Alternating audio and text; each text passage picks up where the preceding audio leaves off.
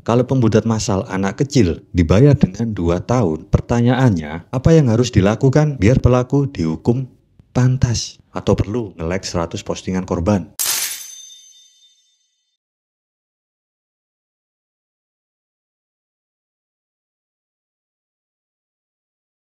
Hai, selamat datang kembali di Zona Kriminal. Masih bareng aku, Berry WB, yang akan sedikit bercerita tentang realita, bukan dongeng, bukan mitos. Jadi, kalau kamu mau nyari hiburan, silakan cari drama Korea.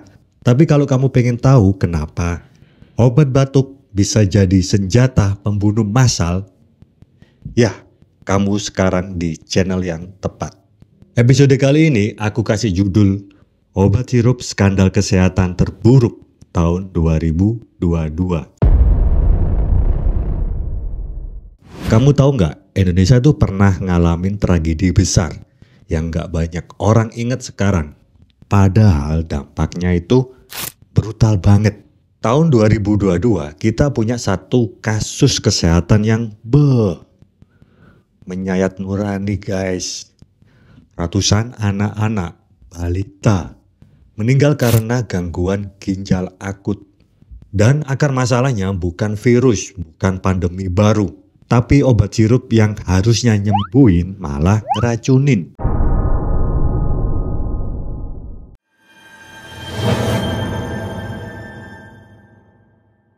Agustus 2022, kasus gangguan ginjal akut progresif atipikal mulai naik daun. Bukan viral di TikTok, tapi di ruang IGD.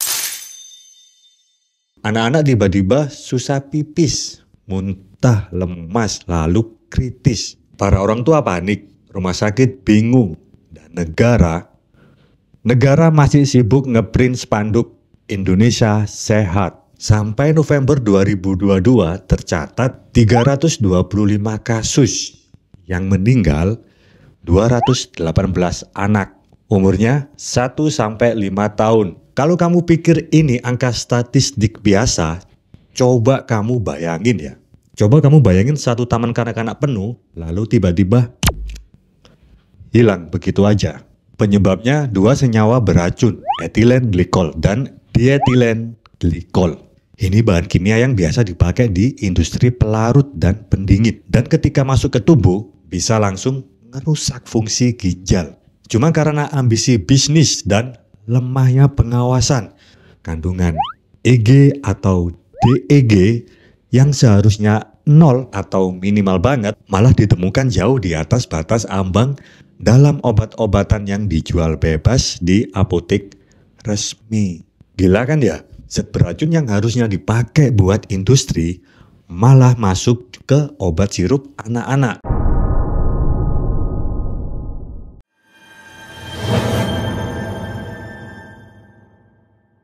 Kamu tahu apa yang lebih mengerikan dari obat beracun? Reaksi negara yang dingin.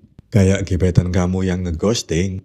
Gak ada satupun pejabat negara yang ikut bertanggung jawab. Jadi, Kemenkes dan BPOM saling lempar bola. Pemerintah nyalain industri farmasi. Farmasi nyalain pemasok bahan baku. Semua saling cuci tangan. Sementara itu di sisi lain, keluarga korban bergulat sendirian.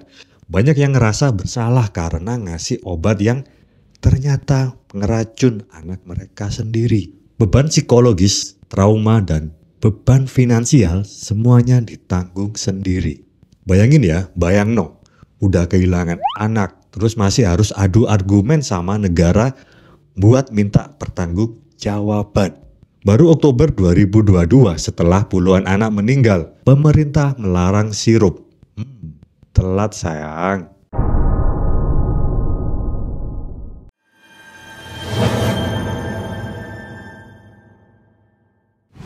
Empat perusahaan farmasi ditetapkan tersangka. Di 2024, pimpinan perusahaan divonis 2 tahun penjara. 2 tahun penjara, guys. Itu bahkan lebih sebentar dari cicilan motor. Kalau pembunuhan massal anak kecil dibayar dengan 2 tahun, pertanyaannya, apa yang harus dilakukan biar pelaku dihukum pantas? Atau perlu nge-like 100 postingan korban? Dan negara nggak satu pun pejabat kena jerat hukum. Kemenkes, BPOM, Semua aman sentosa. Yang disalahkan cuman prosedur dan bahan baku. Padahal jelas-jelas ini kelalaian sistemik. Tapi ya negara paling jago nyari kambing hitam daripada nyari solusi.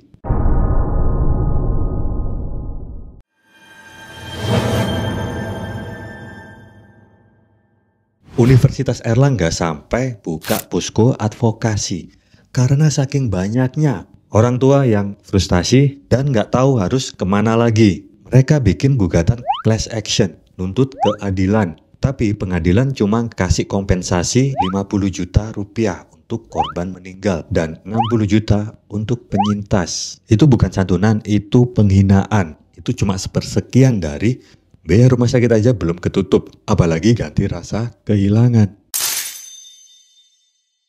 Bagian ironisnya, pemerintah akhirnya nyalurin dana bantuan sekitar 16,5 miliar. Tapi itu baru keluar Januari 2024, 2 tahun setelah tragedi. Dan itu pun hanya bersifat administratif, nggak ada yang menyentuh akar masalahnya. Bahkan sampai 2025, belum ada reformasi sistemik soal pengawasan obat.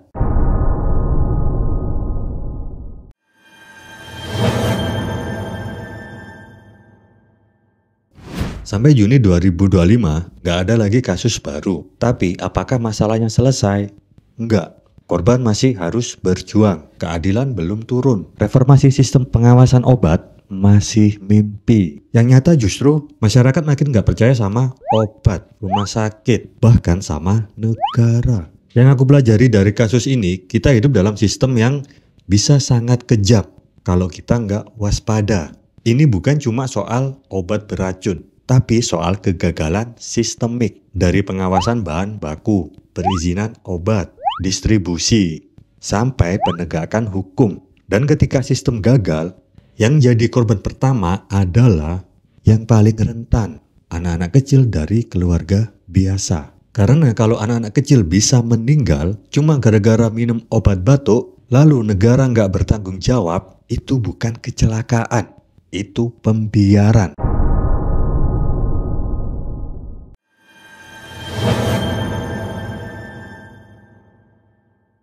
Jadi sekarang kamu bisa tahu kenapa di negeri ini bahkan sirup pun bisa membunuh. Dan yang paling menyakitkan bukan cuma racunnya yang bikin sekarat, tapi juga ketidakpedulian yang sistemik. Hukuman ringan, kompensasi minimal, dan birokrasi yang dingin kayak AC studio. Nah, cerita ini bukan buat nakut-nakutin, tapi biar kita tahu bahwa pernah ada sejarah kelam di negeri ini. Dan kalau kamu masih punya empati, kamu akan sadar ini bukan soal nostalgia tragedi. Ini lebih ke jangan sampai kejadian lagi.